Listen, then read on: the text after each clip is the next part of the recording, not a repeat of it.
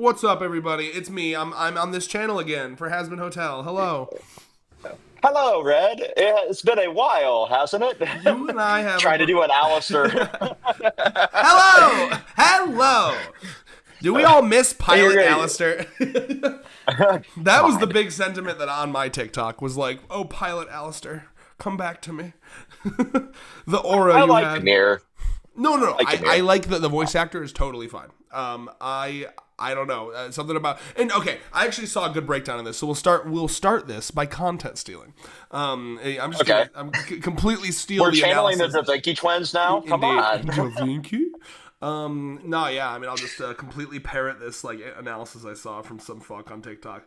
They made a good point that like Hazbin Hotel is very much written like a fan fiction, and they were like, and I don't mean that in like the cringe way that where people use that when they just say that if it's badly written.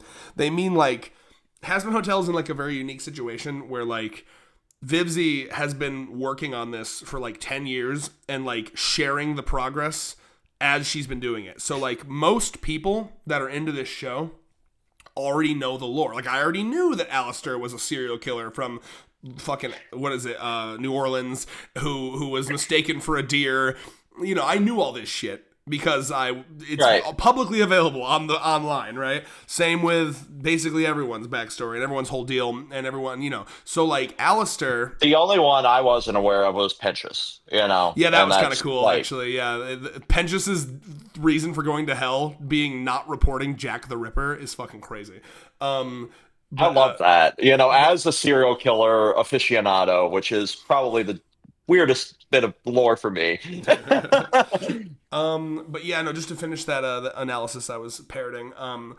Basically, what they were saying was it's written like a fan fiction in the sense that like when you read a fan fiction or when you write a fan fiction, there's this unspoken contract between the reader and the writer where it's like you already know, like let's say I'm writing an epic like fucking Sephiroth battle, right?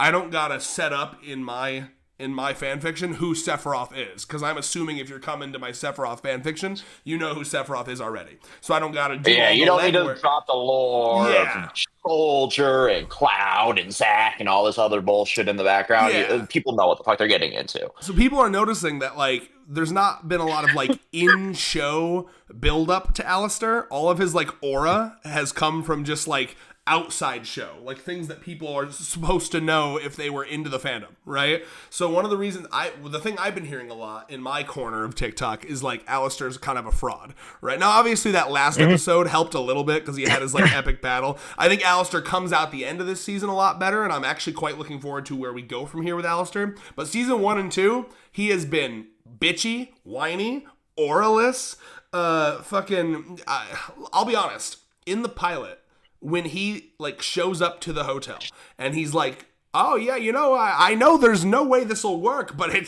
sounds fucking hilarious. Like I want to be here to watch. I liked that idea. I'll be honest. I kind of liked the idea that he chose to go there of his own volition just for entertainment.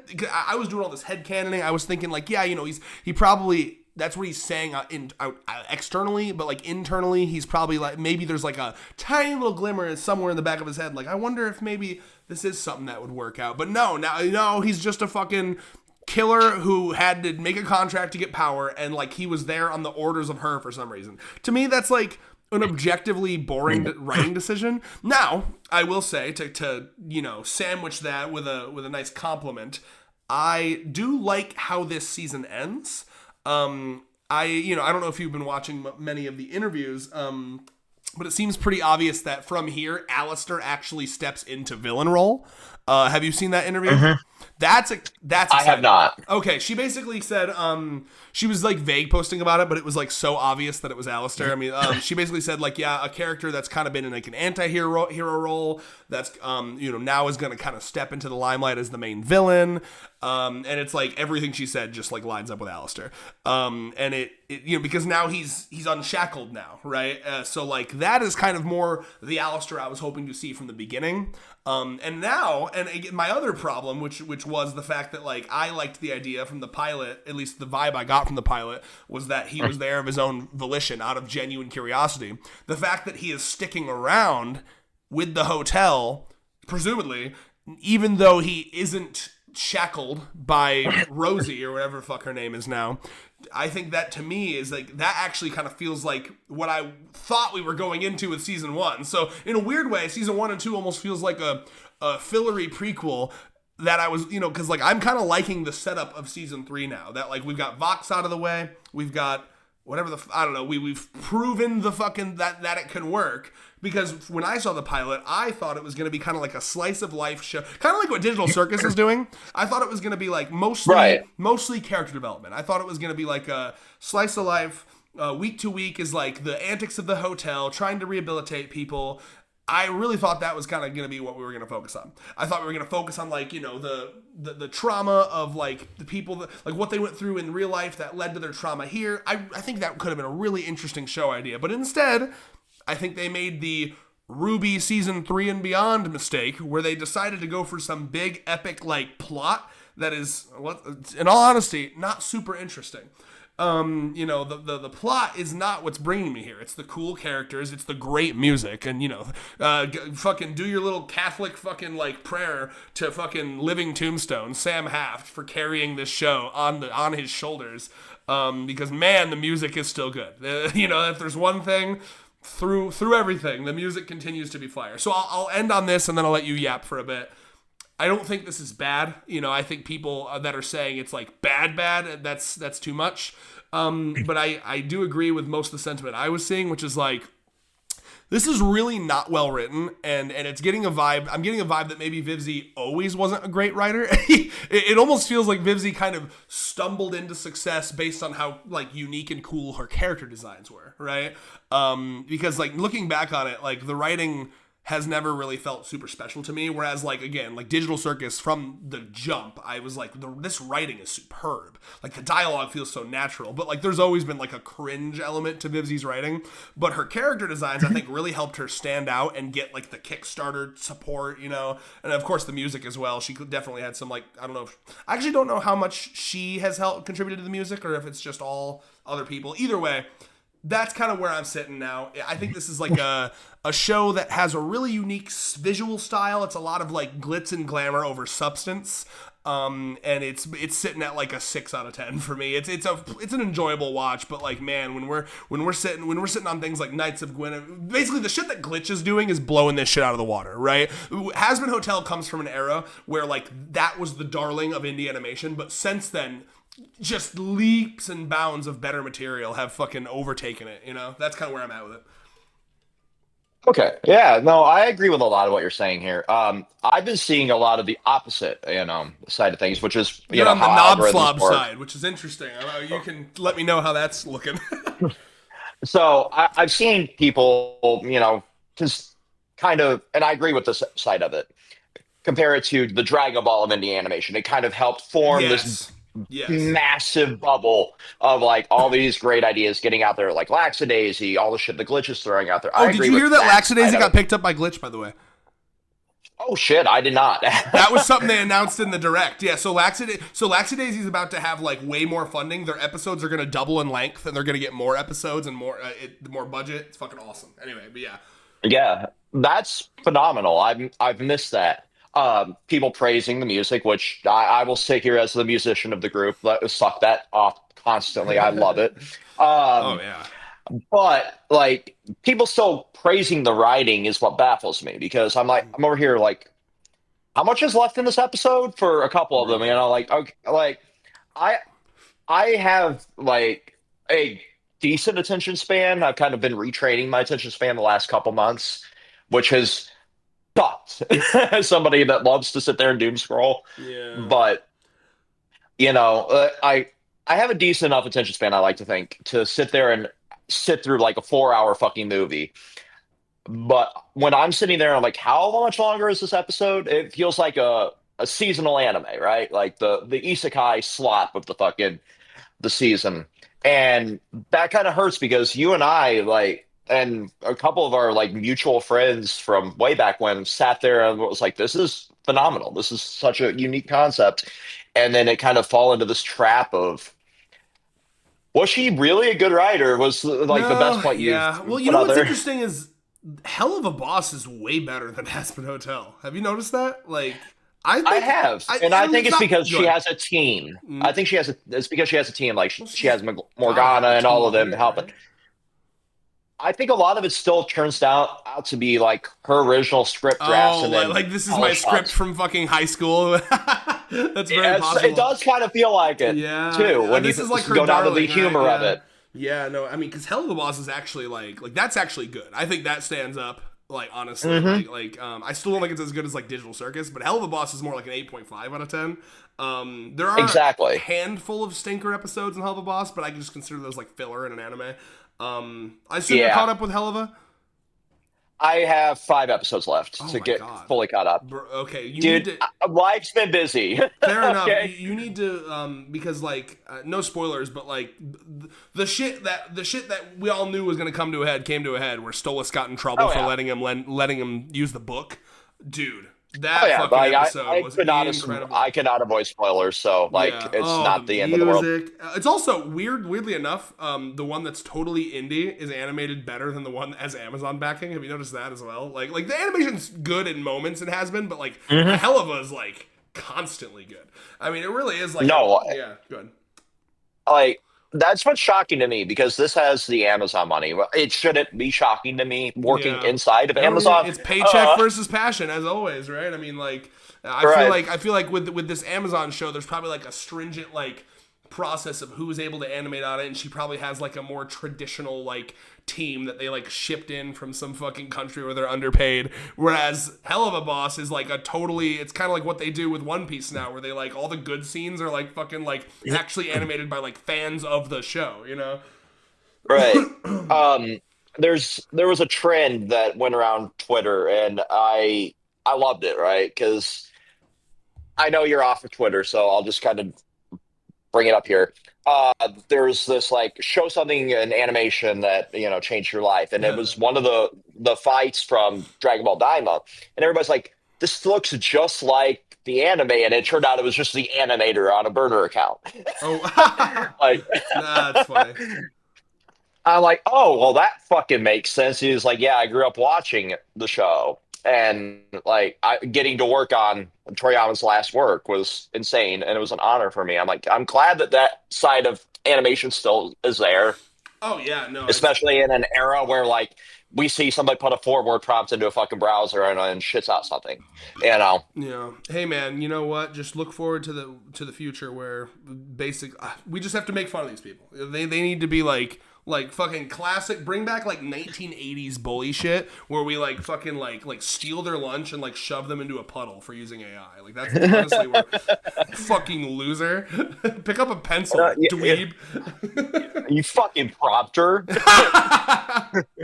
That's good. I like that. Yeah. Fucking it's crazy though. Like I went from loving this series to be like kind of indifferent, and that's sad because I was goofing around before we filmed this, like playing Losing Streak on the guitar, just like what, I love the music still. That's the thing that's keeping me here right now, and I'm hoping season 3 is better than fucking Fairy Tale at the end. I'm liking the build up for season 3 because, like I said, season 3 I cannot even express enough how much what they're building up for season 3 is what I thought we were going to get into immediately. Exactly. Yeah, like because like we have the Angel Dust shit. Right, Angel Dust is now like a problem where like they're not going back to the hotel, and that you already know we're about to get the Angel Dust human flashback in next, which is something people have been waiting for a very long time. And then of course we're gonna dive more into Alistair as like an actual main villain, which is like damn near confirmed at this point, which is really exciting because again he's got, if there's one thing Alistair's got, it's aura. He lost a little bit of the aura this season, but I know it was like a big play to like fuck with Vox. But he's gonna get the aura back now. He's been shackled. He's been injured. The aura is about to come back for Alistair, and I'm excited about that. And the funny part is, like, I'm excited to see Angel Dust and you, Alistair, because we've both cosplayed those characters. So I never actually did cosplay Alistair. I wanted to, but You I never didn't. finished it? No, the only reason I Dude. did, okay, so I didn't because I thought about it for a long time. I didn't because it was just too, it was a very complex cosplay, right? I noticed, I learned while trying to do that I didn't want to do any cosplay that like involved like face paint and like, basically just I can feel that. face paint and wigs too much. I can't get it to work, honestly. So I I tend paid to somebody avoid to do those. the angel dust with. So like This I just good. I just paid my beautician to style my angel dust wig. This was You also know, I'm around the like, time where that fucking picture was going around of the person who did Alistair, and it looked like blackface. Do you remember that? oh I was God, like, yeah, I can see I don't why want you anywhere finally near said that. that. I can see why you decided to scrap it because I know you got a lot of the supplies for it, even, Yeah, it's or were fine. building it. Plus, but yeah. I mean, I had like a brief Alistair obsession, like when I first saw the pilot for a while. I loved. I'll be honest, man. I like what's the guy's name? I don't want to mispronounce it. The guy who's voicing him right now. Amir, Yeah. Did you meet him at the con? Did you have a chance to? I did not. I met Blake, Oh, who that's plays cool. Angel Dust. I stood in line the last day before I left to go and because I was going to give him like a gift, and then I saw that they had fucking tickets. They're essentially is like raffling off the last few slots before he had to catch his flight. I'm like, you know what, I'm Oh, good. that's too bad. Uh, But um, anyway, though, I still I'll be honest. I do like Pilot Alistair better. I don't like. There's a couple things, right? that's One, fair. I think it would have been a better decision to have Alistair not swear ever. Like, I think it would have been a really cool contrast. Every other character can swear. I'm not one of those people. There's way too many people who are like, oh, there's too many swear words. Who cares? We're all adults here. Get over it. But like for Alistair to not, because in the pilot, he's like the one character who he doesn't swear at all. And I thought that Yep. was, I assumed that was intentional because he's like a very, he's got this veneer of professionalism. He's like, hello, I'm a 1930s radio host, and I don't know, I kind of was hoping that he wouldn't ever I had swear. assumed it played into like the 5 second dump that's in radio, right? Because he's the radio demon. Where if you swear, you Yes. have like 5 seconds to hit the fucking button, Yeah, so or that yep. goes through and you get fined. Yeah, you ain't saying fuck on the radio in the 1930s, and so No, like, you're still playing into Hayes Code and film even at that point. So yeah. So I was really hoping that he would kind of keep that. That's another part of his aura loss, I think. Unfortunately, there was a lot of moments this season where we saw him super frazzled, like and like I mean really bitchy. Like I mean like for him to like spurg out about like Lucifer saying like use a coaster. It's like, bro, you're fucking Alistair. You should be. I thought your whole thing was like I'm gonna smile so no one ever sees weakness. But it's like, man, you've been fucking spurging this whole goddamn season. It's like, so anyway, I'm gonna chalk it up to he was super injured. He genuinely, Alistair was kind of on his period this whole fucking season because like he had the huge cut from Adam in season 1 that probably fucking hurt. Fair enough. And then he also was like the shackled and it was getting to him. So my hope is that they completely essentially powerless without a staff too. Yes. For a lot of it. True. So like I'm just really hoping that they can reclaim that original Alistair aura for season 3. That's what I want to see desperately because like Yeah. Anyway, good. Watching Lucifer kind of get trapped in all of this was kind of crazy too. And Let's talk about that now, right? Another stupid. I love Lucifer.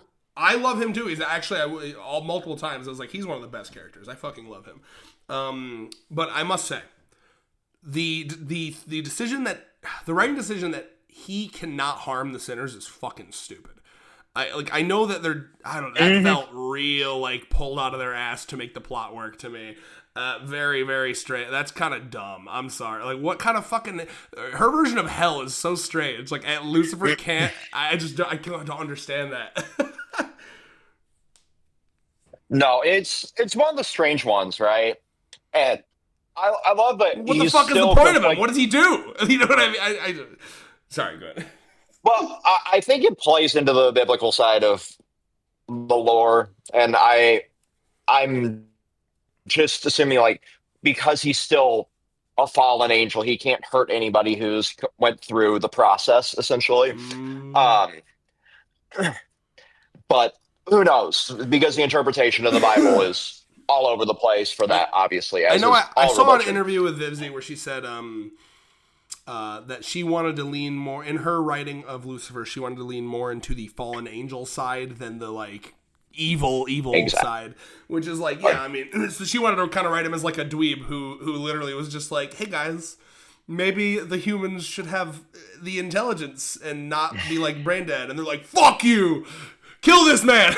Yeah, So like, yeah, no, like that's kind of where I was leaning to. And it's funny when you think about it because he also is still having this tit for tat with Lilith going on in the background and yeah, still that's trying to another protect his fucking daughter. big season, multi-season long thing. What the fuck is so? Lilith definitely took some kind of deal, right? Because now we're learning through what Vox was talking about. It's like, okay, Lilith was doing some kind of rebellion, some kind of like the people were standing up, deal making with heaven, and then she fucking got Thanos blipped out of nowhere. So it's like, okay. She definitely was like making some moves, gaining some power. She probably also found out about the angelic weapons thing, and then they were like, "Hey, you can come up and live in heaven if you just like don't tell anyone this." It's like, okay, this sounds like to me it's giving she's like a fucking rat vibes. Honestly, she's ignoring all of their call except for, and obviously at the very end she actually answers. But up until now, it's been very like how are you gonna ignore their calls for years? And it's like I don't know. I'm getting nothing but bitch vibes from Lilith. At first, I was like, did they just silence her literally, take her tongue? Did they, Oh, that would be interesting. yeah, because She like, can't text though. but then right. And I'm like, wait, she can't text. So did they take her ability to communicate? That'd And be then there's like, interesting. no, like, Yeah. hey, answers call. Okay, Well, it'll be cool. interesting to see. I mean, And what her excuse is, right? I mean, like, because like, either it is just as because that something I'm noticing so far is that I'm not getting a lot of like nuance with Vivzi's characters. They're very like because like yeah, I'll be honest, I expected, and maybe we'll get that. I expected Alistair to be a lot more. I thought he was gonna be like very like I'm bad on the surface, but like kind of be a sweetheart underneath. But as we're seeing so far, he's like, nope, I just like killing. Or truly, just that Rick and Morty character. Like I just love killing. I just love killing. You know, I was a fucking Shout out, I what was was it a from Botless Michael? it was one more time. Oh yeah. Shout out to Crumbopulous Michael. Fucking Fucking digging deep in the archives of old reviews there. Season 2 Rick and Morty. How I love thee. But yeah, also did you notice something that Allie pointed out when we were watching this was in his flashback. So obviously it's the 1930s. So he's like a minority in like 1930s America. Obviously, it's the South, so maybe there's some different dynamics, but like the vibe there's a little subtext with Alistair's story, which is interesting. You really kind of get the vibe that like in order to get up to the position he got to, he had to crawl kicking and screaming. Think about the shit he would have had to do to overcome all of that like bias, because again, he's a minority in the 1930s, right? Yep. Another thing that Allie noticed was every person we saw him kill in that flashback was a white guy.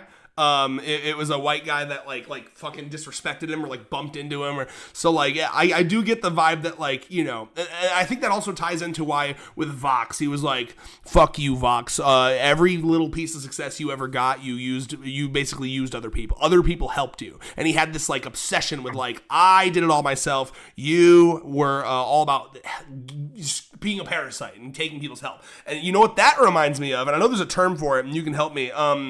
What is it called? Like escaped the ghetto syndrome or something? Have you heard of this? Am I using that term right? Good. I believe that's the term. So this is like a documented thing where like someone grows up in a really rough area and then they get out of there and then they start to kind of like resent members of their community that are still there and be like, well, I made it out, why couldn't you, right? Instead of being empathetic, it kind of like hardens you, so the vibe I'm getting from Alistair is like a minority in 1930s America, somehow probably through sheer talent, because clearly he was a good radio host. He managed to like crawl his way up to a semi-successful position despite being a minority in 1930s America. And then, probably, I'm not trying to like justify his actions, but I imagine a lot of his murders stemmed from this like this burbling rage at the world he lived in, and how like he had to work quadruple as hard as everyone around him just to get like a meager little thing, that's kind of, and I think that probably also stems, or that's also why he wanted so much power in hell. He was like, I had to do this much just to get a position of power in the real world, or on Earth, rather. I don't know. Yeah, there's a lot of interesting stuff there when you start thinking about it. So yeah, it's cool to see Alistair. I'm excited to see more about him. And then Vox's song, Brighter, went fucking hard as hell. To see him like murdering all the people to get up Crazy. Dude, it was so that was like the peak of the animation for me was like how they animated what is essentially a music video in there. Oh yeah, him doing all While the he's poses crawling as the through all. fucking screens are like glitching and like lightning strikes. I liked, I looked to Allie when that was going, and I was like, man, dude, he murdered that many people and they never caught him, huh? And she was like, this is like, because Vox looks like he probably lived in like the 60s or 70s, like kind of early color TV. I would Early guess. television. Yeah. So like, she also reminded me like a lot easier to get away with mass murder back then. You know, you didn't have your cameras, didn't have your DNA testing. No, like that's why we don't see serial killers now because they're Yeah. caught before they can You just become can't serial killers. kill like you used to. Obviously there's one that's going around like the lakeshore of Texas, Happy, there's smiley face killer or whatever. I'm not entirely I sure don't of know that, shit but about all that. That's all you. yeah, so like it's mostly like runaway sex workers that are getting slaughtered down there. And they're just washing up on the shore in Texas. It's very creepy. Um, but there's aside to like scientific evidence of like you cannot really successfully be a serial killer. Aside from like the few outliers that are there because of DNA testing, surveillance state that we're in right now, et cetera, et cetera. Versus the 1960s and 70s where you had 75 documented serial killers at the time. Uh, Yeah, yeah. I know One way of too them much being about this. Vox. I listen to too much true crime. But it's very interesting that dynamic of like watching him go from that, and then the cut at the end of the TV falling on him was such a cool Oh, shot. so good. I do love that's a fun idea from Vivzy. The idea that like their design in hell like represents kind of like the life they lived and how they died. That's pretty fun. I like that a lot. I gotta say, my favorite line in the entire season is "I don't have time for this lesbian bullshit." Remind me who said that. That was the I forget her fucking name. She's the weapon girl. Oh yeah, I don't have time for your lesbian drama. Wasn't it that? Something like that. Yeah, Uh, because they both walked in and they were it mad. was yeah. And she's like, shut the fuck up. What are you here for?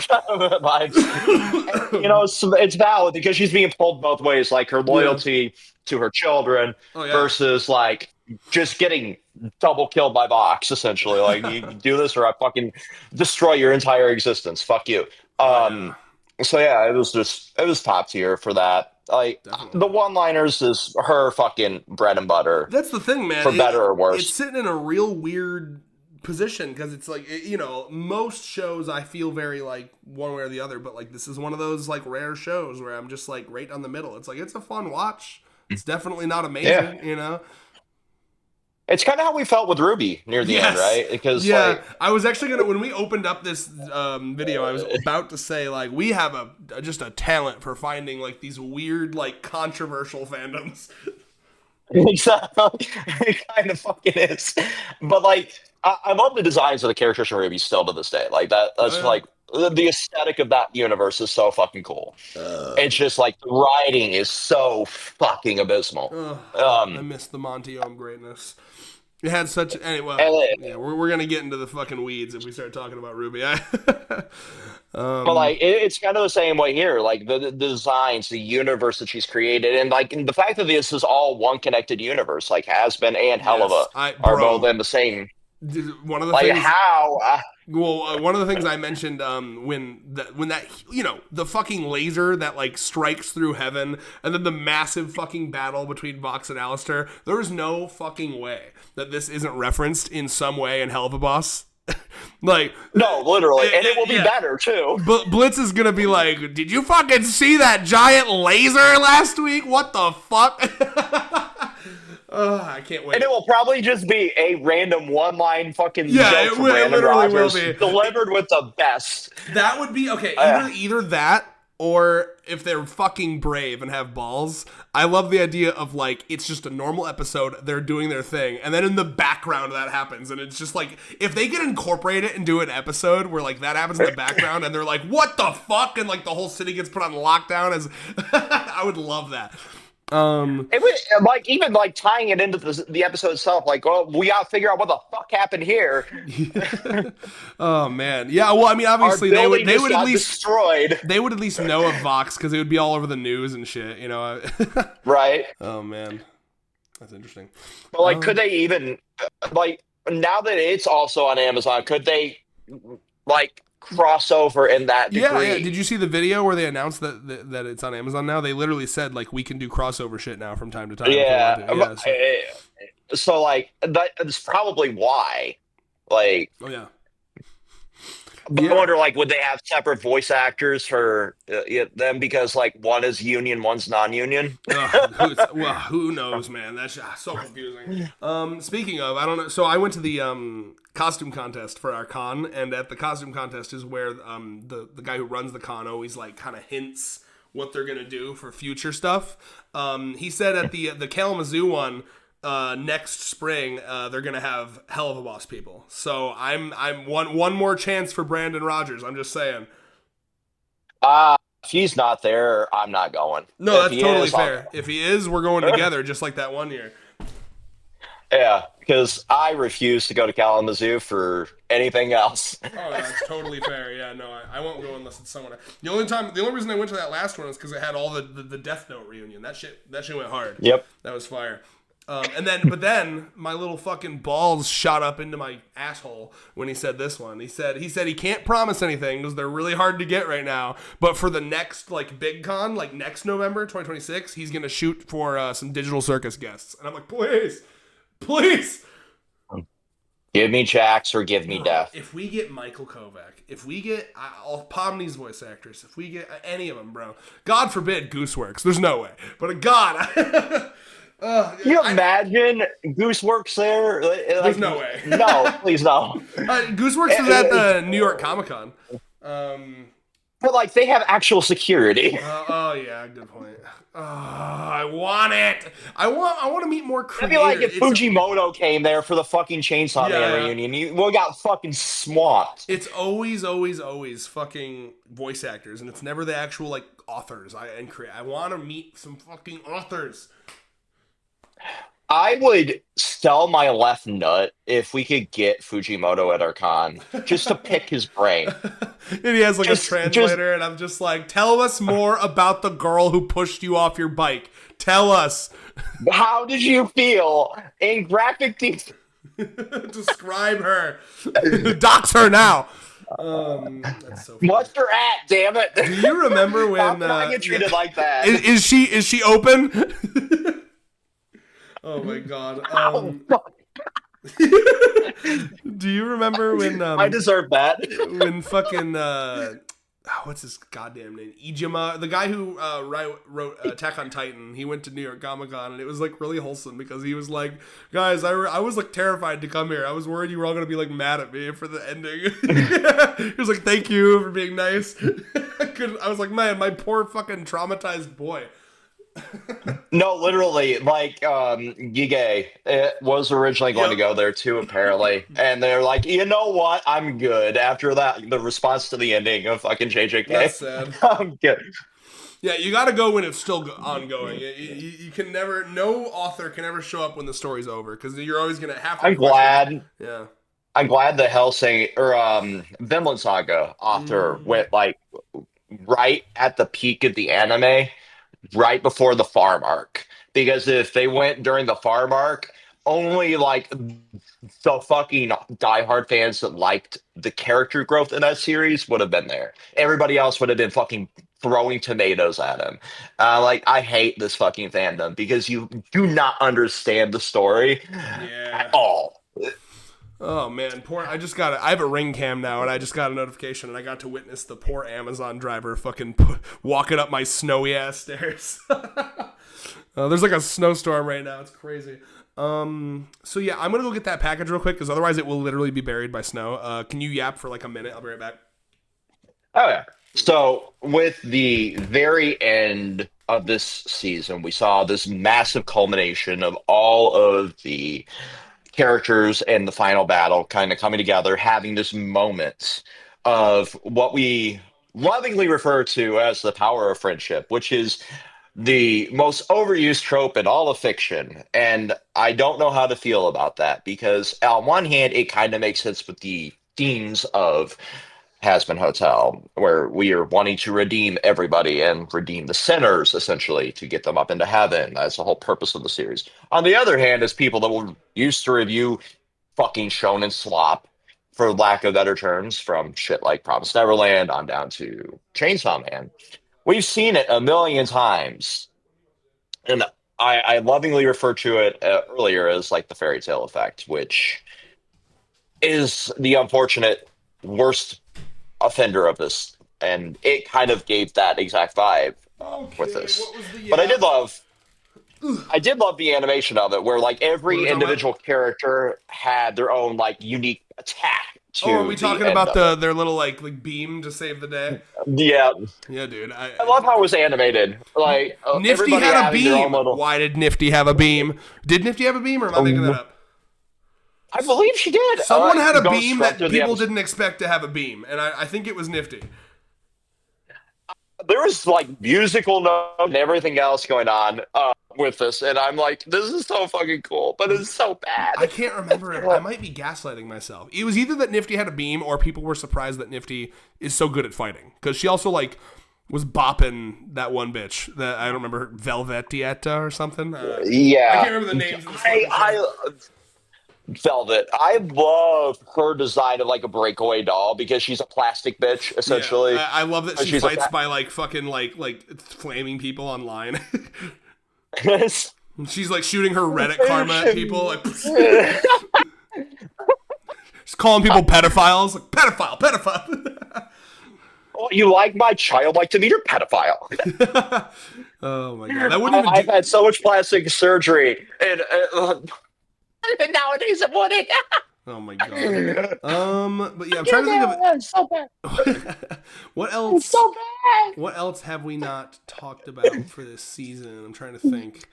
Um. Can we talk about the fact that we drafted somebody from fucking Fallout Boy and Patrick Stump here for fucking Abel? Oh What the yeah, yeah, fuck that is is this weird. comical? Wow. I mean, I I, think. I Good. it's crazy. It's crazy to think about. Like we went from like indie creators being the voices of this to like we have legitimate Broadway people. Now we have a legitimate rock star that fills out fucking stadiums and shit. I'm getting the vibe that Vivzi's living her fucking best life. She got her fucking Wattpad AO3 fucking like fanfic to get Amazon funding, and now she's like going down the list of everyone she wants to like work with.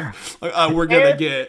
if we get like a Gerard Way in here voicing something, I'm killing myself. Did you see fucking that one guy who that one guy, dude, you know who he is. I was about to fucking Zach Haydel, the guy who does Psychic Pebbles. Yes. He was that random guy in like the casino, and he's like, "That's my fucking hell mortgage on my hell house," and it literally just sounds exactly like fucking Charlie from Smiling Friends. I saw someone like reanimate that and put it as Charlie in the casino. I'm glad you saw that. Yeah. Oh my That god. was like the first thing I saw on TikTok the day that that episode dropped. I'm like, God damn it, I love this. I love I that he's love everywhere this. now. Let's see what else. Have you watched any of like his content outside of like when he plays like I Sleepy really need to Cast or go anything back like and that? I should go. Well, I no, just Tony plays. Yeah, I should go though because I did the same. I did with Goose. I looked through her entire fucking YouTube. But I should go back. I didn't used to be super into like the. I don't know if it could be called gross out, but like that kind of Meat Canyon style where like everything's drawn all like nasty. I used to be kind of like adverse to that, but like Smiling Friends surprised me. I remember thinking I wouldn't like it, and I did a lot. So I'll have to go back. So there's three things I'll recommend for you to actually go and back and I'll watch. write them down. Sleepy Cast, like the podcast that they used to do, All top right. tier. You could throw it on as you go to bed. It's Ooh. phenomenal.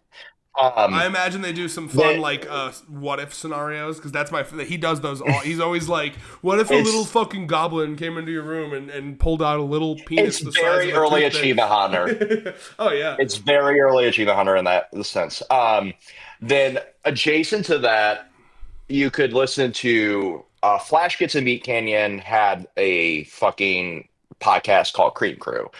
All right. Um, It's a nice bridge to get you to see if you'll like Meat Canyon's humor, Mm. while also loving like the Newgrounds-esque side of things because Flash gets them in. I'm a sucker for Warhammer. I know that's not your thing, and they do a lot of Warhammer animations. So I'm Okay. like, this is my two sides of the internet colliding. Let me listen to this. They did it during COVID. Okay. And then if you like that, you could go into Creepcast, which is all like r slash no sleep style Oh, stuff, and it's like slight horror. It's Meat Canyon and Wendigoon that's do fun. that one. Okay. Uh, like my reposts are a lot of clips from fucking Creepcast now Okay. Okay. because I fucking I love it. I sent you a video that Meat Canyon did where he did like a short film, and I love this. Oh. Um, I love this era of YouTubers doing short films and being able to actually do their pet projects now, their passion projects. Yeah, me Um, too. Shelby Oaks was a full length movie that went into theaters here recently that was done by a bunch of the old school horror YouTubers. So I loved Oh, that's seeing cool. that. That was Yeah, I I would saw love some that new like fresh three takes weeks on ago. the horror genre, like It's found footage, so if you like stuff like the OG Blair Witch Project, Paranormal Activity, you'll love this. It's also, I think, on Amazon Prime now because it just went out of theater. My mouse fucking died. I hate that.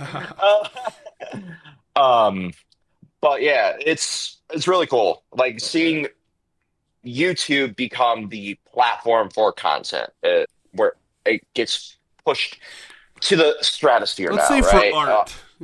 I think we should all try to stop saying the word and I do it all the time too, but like, yeah, fuck that content shit. This is art, bro. This is people making their art, Right. and I love that. It went from like 5 minute shorts to here is a hour and a half long feature length movie, Which is which is honestly really the cool. shit we should be watching. I read a really good study, and we've already known this, but it was like a new study just dropped on how bad that like short form videos are for your brain. And it Hmm. has to do with like your mind has like two modes. Like when you actually like focus on something, it's like actually logging it. But when it's like changing, your brain's not logging into that information. It's just kind of like dopamine because like thing Hmm. changing. That's why one of the eye opening moments for me is I got a video where it was a guy who was like, hey, can you even remember what was the video you saw 2 videos ago? And I couldn't. You know what Yep. I mean? So like you have to like sit down and actually like focus on one thing for at least like a minute or two for it to actually like start to like become remembered. You know what I mean? And like if you're not Yeah. remembering it, what the fuck is the point of doing it? It's just you're being pacified into like Oh yeah. a zombie like state. It's funny when you think about it, and we both watched them at one point. McNasty and the Goons, right? Yeah. So when you think about it, what they were able to do with that type of content was essentially the advent of the short form content for a lot of people. It was like they could farm clippable moments, like "Would you still like me?" That kind of thing, or Mm. um, the infamous one, "Would you be there for me at my worst moment?" kind of Oh thing, yeah, right? yeah, yeah. I Whereas, hope I hope you have yeah, I hope you have a horrible day. I hope it gets even worse. yeah. Yeah. It's been clipped so many fucking times that it's down to like 140p. uh, It looks like it was filmed on a Nokia brick. My favorite, Like, my favorite video of theirs is the when they actually like they get with like there's like a girl in Rainbow Six or whatever. It's like when girls play Rainbow Six and they're like making fun of like they're yeah. basically like being that guy but like in a parody type way where they're like, Yep. oh, how much for your bathwater? But like, what's cool is like she's playing along and like kind of having fun with it. She's like, I don't know, like 500. He's like, oh, that's a little steep. How much for like a shot? This is my favorite fucking line. He's A like, shot how glass much for like full. a shot glass of the bathwater? No, but like when you think about it, like that type of and I will call that content Yeah. was what was like the advent of like short form, Mm. and people saw that they can make a killing doing moments like that, and then they could clip it and turn it into like, hey, if you like this, watch the full video, and Yeah. then TikTok blew up in that same era of like, well, shit, now I can just put this out here and get people to watch my other stuff, and for better or worse, that's a way that a lot of these creators were able to make the money to fund these projects, right? Loon's podcast now being the conglomerate it is of like we have a Gamer Subs contract. We're out able to go to Vegas and fucking play blackjack for an episode of the actual fucking podcast, like, which was fucking crazy. They're just dude sitting in a casino playing blackjack with his phone, down, like, mic on his chest, like kind of shit. Wow. Sorry, I don't know what you're like referencing. Otherwise, I would elaborate. Or I would, yeah. yeah. Or like the little funny moments inside an episode of Creepcast, sitting there funding things like the actual like live show that I went to. Um, so if it wouldn't have been for like the virality of the clips like that, they wouldn't have been able to actually fund an actual live show. They've been doing it for the last 2 years. Actually, this is the first year I went. Um, Sold out the entire fuck. Remember where we went to see Gorillas like United Center. 3 years ago? Yep, sold that shit out. Did you say 3 years ago, my brother? I'm about to fucking. How many years ago did you just say? I'm about to fucking. I thought it was hurt three, you. but like it was like 2018. Actually, Yeah, there you so, go. Yeah, like, so let's count how many years that is. that's like what 7? 8 years ago, Yeah. 7 years ago, almost eight. Jesus Oof. fucking Christ, That's first time. rough. Fucking kill me, please. But yeah, like no, they sold every time they've done that, they've sold that out, which is funny when you go look back to like Achievement Hunter Live, even I'm sad we never got like to go to one of those. yeah. Um, they were joking about potentially doing a live show for regulation. I don't know how that would work since Andrew is in fucking Canada.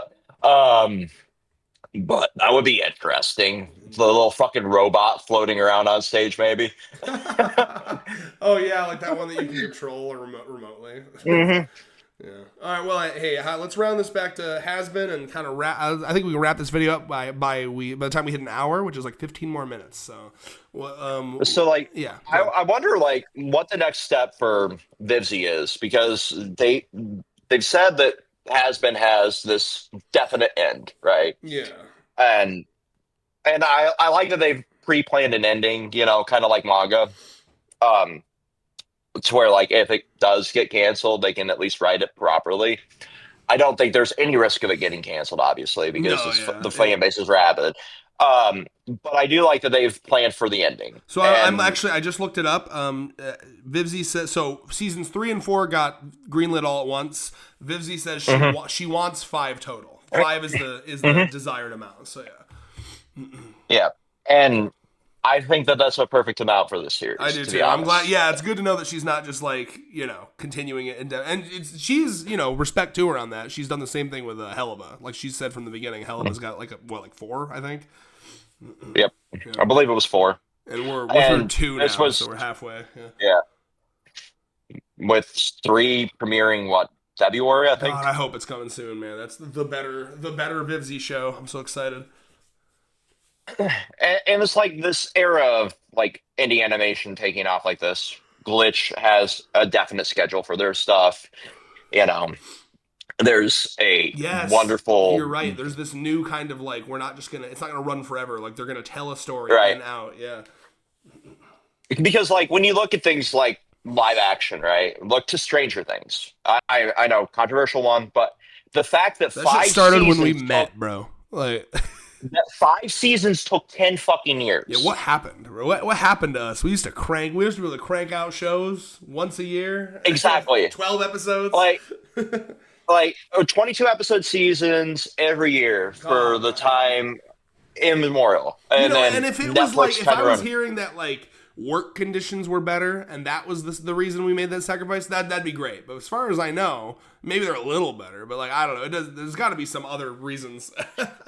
There's some weird contract Profit. shit happening. Oh yeah, it's literally profit. Like when like everything. I know that the crew behind Stranger Things wants to make more series like that, and I listened to a TikTok review about like the interview because I did not want to fucking read through a paywall content of like the Variety article.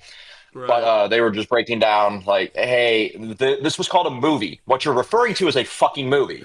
Make a fucking movie. Yeah. And I'm like, Good yeah, point. no, literally. Yeah. Like, it's the same way with the Marvel shows. Like, these could all be movies. Like, I know it sucks. The production time on a movie is more, but if you want to sit here and have high quality production, that's a movie.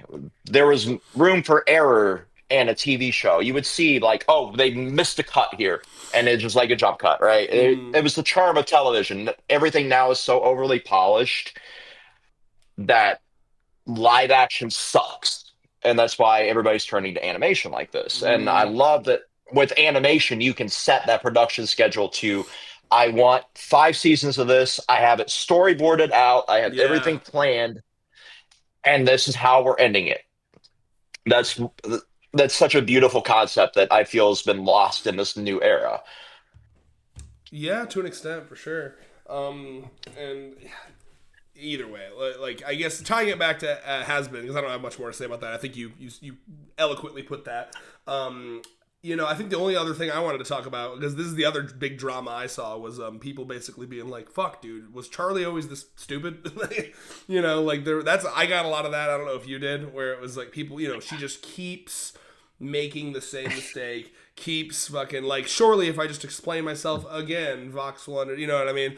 And then just I today, think it's good. I think it's goes down to the naivete of her Yep. character Yep. because she wants to see the purity in everybody, even Yes. though you're in hell. You're so right. And I just today I saw something that made it a little better for me, and it was another snippet of that interview, that post season drop interview with Vivzy, where she basically was talking about, and this kind of made me feel for her, because Vivzy has had a history of arguing with trolls on Twitter, despite what should be her best judgment, right? I mean, and I've always gotten this vibe about her. I'm like, she definitely has a good heart, but she's baited into Hmm. getting into the mud with the trolls. And she basically said that Charlie in this season was heavily inspired by how she felt during all that drama on Twitter, where she was like thinking like, if I just explain myself better, then the fucking attacks will stop. And then all of her friends around her were like, no, they just ignore it. And she's like, no, I got to be able to explain it. So like I can kind of, because I used to have that mentality until I got black pilled about the internet. So I can understand that to an extent. Well, I mean, we know now that 90% of the accounts on Twitter are hosted in like So other funny. countries too. They're not Yeah. like unironically Elon's best update. Yeah. No. The number I hear is 60% of interactions online are fucking bots now, which I don't even bother. Yep. That's why I don't like talk to people unless it's like I don't know, like a personal Discord server where I know everyone's a person. Yeah. No, like I'll fuck with people because I just don't give a shit if an Yeah. account gets banned anymore. Like that's why there's no longer Control Chaos Twitter is I got it banned because I was arguing with people. Yeah. Um, but like it's fucking funny because there was the scene in Superman where it was just like all the Yep. The monkeys in the the chimp. rage Yeah. farm. James Gunn always Yep. has his finger on the pulse, man. I'll tell you what. I just like it, under every like MAGA account now, I'll just put that GIF. That's awesome. Yeah, especially if it's fucking hosted out of fucking Israel or fucking where were the other You places? know, Yeah, there was some the other. Bangladesh. Yeah, yeah. God, dude, Like, how much do you get paid to rage bait people online? we really Like, psyoped ourselves into fascism. You hate to see it. but like, I could see that being the inspiration for it. I think a lot of it, and I understand where she's coming from. You want to protect and defend your art. That's something a lot of artists, well, every artist should have that love for what they create, Oh or yeah. why the fuck are you creating it? Yeah, but at a certain point, you just got to wise up to the way the internet works. And as somebody that grew up on the internet like her, you would think she would know better. Being Every a time Tumblr girly. I think Vivzy is a very wears her emotions on her sleeve person. You know what I mean? And unfortunately, I think that leads to a lot of people having these like serious problems with her when really all she's doing is just she's not as reserved as most people. Even Yep. down to like the way that she responded to like people like making fun of how much swearing there's in Hazbin, and she, her response was very genuine and very pure. It was just like, who doesn't love swearing? It's funny. You know what I mean? And like even Right. I don't fully discredit like all those arguments, because like, are there some scenes where it's a little much? Sure, but I mean like people act like it's the fucking end of the world. It's like, well, whatever, man. It's just a Yeah. show. Like, it's a Yeah. it's a fucking it's a TV 17 show. Like Yeah. why are you watching something that will trigger you? That's Yeah. how I feel about. That's how I feel about People like love people that being don't want to mad. see. Yeah, that's how I feel about shit like Euphoria and all these shows that have an excess of sex in it. Like, if you do not want to see this, why are you consuming it? Yeah, dude. Whatever You happened. control what you fucking We, watch. we got a beautiful little free market, and that. I'm gonna watch my stupid shit, and you can go watch your fucking Puritan bullshit, whatever. I don't know. It, but like with Hazbin, like there are definitely scenes I'm like, I have the world's worst mouth, and I'm like, this puts me to shame. Oh What the yeah, it, fuck? it gets a little much occasionally, but yeah, I've had an occasional cringe line here or there, but I mean, again, like there's nothing just completely beyond the pale. It's mostly Exactly. fine. Yeah, so I don't know. I'm curious enough. Like I said, I'm looking up towards future seasons because it Yep. feels like what's being set up is kind of what I was hopeful for from the beginning. Alistair taking a step into like a main role, which is I love that. And this makes me again, what's his real goal here, right? If he's no longer under control, why does he still want to be next to this hotel? I want to know like what does he want to do with this hotel? What is a fucking Hmm. serial killer who just loves broadcasting people's suffering? And I can't wait to dive into his motivations and like why he's got such a fucking chip on his shoulder. I'm Dude, excited yeah. for. Angels shit I'm excited for. Valentino seemingly being the new head of the V's is interesting. So I Valentino's don't know gonna how to feel about well, that, he's gonna have more because I power don't. now, and that only serves to make Angel's plight even more dramatic. You know what I mean? Yep. I just want Angel to be happy. Like, I want Yeah, Valentino dead. I'm so excited Um, to see what Angel's deal was as a human. You know what I well, we mean? know it killed his dad, so Abuser dad type shit. I did not think it could get more on the nose for me liking this character. Here we Hey, are. oh, Uh, Angel. oh God, your impression of my dad is scary. I hate that. I wasn't even But trying then again, you were, that. but like you were around him enough to fucking mimic him. I know, dude. I never Oh want my to go God. after living in that house for 3 months. I never want to go back there again. I literally, and I never did. I can't go back in there. Jesus Christ. But like it's crazy to think like with the production schedule for Aspen, we'll be talking about season three around this time next year if it stays on She track. said about the same time between season 1 and 2 is what will be between 2 and 3. So Yeah. So yeah, a yearly release essentially at let's this see. point. Season 3. Let me see. I wonder. Yeah, let me go to a Radio Times article about speculation on when season 3 will come out. Blah blah blah blah blah blah. Blah blah blah blah. They were greenlit back in July 2024, so they've probably been Hmm. working on them for a while. Fans had to wait 1 year, 8 months between one Hmm. and two. Um, let's see. So, yeah, I think you're probably right. So okay, and then in an interview, yeah, I saw this interview. So she said similar wait for season 3, but then less of a wait for season 4 because they were greenlit and worked on together. So, Yeah. so season 3 is probably going to be, let's see, 1 year, 8 months. So I would probably 2027, but then season 4 will probably be 2028. Would be my guess. Yeah. Yeah. And they at the panel they were talking like we've already done voice recording for a lot of season three as well, but we can't talk about it obviously. So Yeah. that's you know, obvious, because they were greenlit back to back to back, essentially. So, Exciting. All right. Well, that was a good video. Any final thoughts, Mr. Vex? like I said, if they get like Gerard Way to voice act in season three, I'm killing myself Yeah. What other? because at this point, she's just collecting Tumblr celebrities. Bring Uh, back Kesha for fucking. What was her goddamn name again? The Queen Bee of Glatoni. What are we? What? yeah, uh, Beelzebub, right? Yes. Oh my god, I loved her character. That episode. Fucking changed my life. Her cotton candy song. I I still have it in the playlist. I love that is your playlist. Mine is my fucking Spotify Wrapped is going to be the most cursed thing on the planet, Oh yeah, and I'm ashamed of it. Oh, I really like I like that character a lot. You know that her whole thing's gluttony, so she just like has like fucking bitchin' parties and like overfeeds people. That's fucking epic.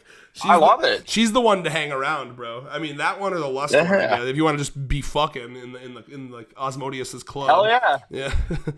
All right. Why not? Cool. All right. Well, hey, love you, buddy. Great to talk to you again. Talking to you. Yeah. Let me. I do have access to the other channel. I think we determined that with the other video, so I'll just upload this from my end here. All right. Cool. All right. Sounds everybody. good. And then I'll also plug this on my other channel. I'll be like, hey, if you're curious, if you somehow also like Hazbin Hotel, here you go. I'm a sleepy boy. I'm gonna go take a post-work nap. Sounds good. Talk to you later. Yeah, right at the Peace. hour mark too. Hour 7, hour 8, hour 9, hour 10.